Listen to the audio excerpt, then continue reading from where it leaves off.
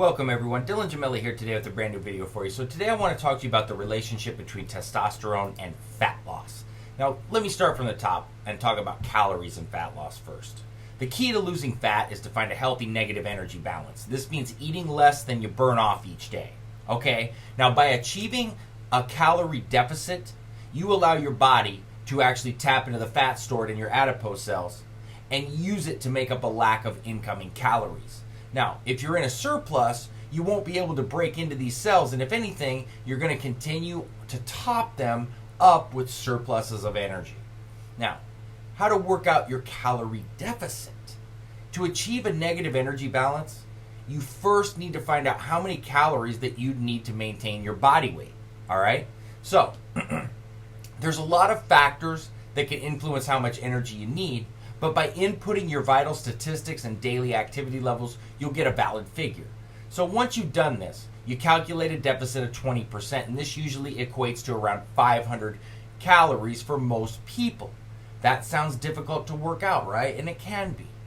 So to make it as simple as possible, what I would recommend you doing is to find an online daily maintenance calculator. It's very easy to find. There's several sites out there, and you can plug in all your daily numbers, and by doing so, you can figure out what your maintenance calories are each day, and it factors in your daily routines in terms of how much you weight train, how much that you're active, etc. And you can factor all of that in, and it'll figure it out for you. But how does testosterone help with fat loss? So, even though you need to find a negative energy balance to lose fat, there are ways that you can speed up fat loss once you're there. All right? And that's where testosterone comes into play. Here's why your hormones are important when you're trying to cut fat. Number one is testosterone builds muscle. All right? Muscles require calories to maintain mass. So if you got more mass, you divert more incoming energy towards them as opposed to your fat cells. This is a process that we call nutrient partitioning. Now, testosterone is an important regulator of muscle mass, and when combined with strength training, it helps to increase protein synthesis. This is why testosterone is considered a natural anabolic steroid. Now, there was a study that was published by Griggs, and it found that boosting testosterone levels in a group of 9 male volunteers over a 12-week period increased muscle mass and protein synthesis by nearly 30%. It was just slightly under that. Low testosterone levels cause fat gain. I think most of us are aware of that, especially the men.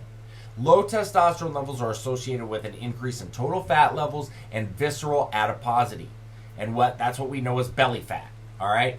Now, just like higher testosterone levels help to actually partition incoming calories into muscle cells, low testosterone levels cause energy to deviate towards fat cells instead.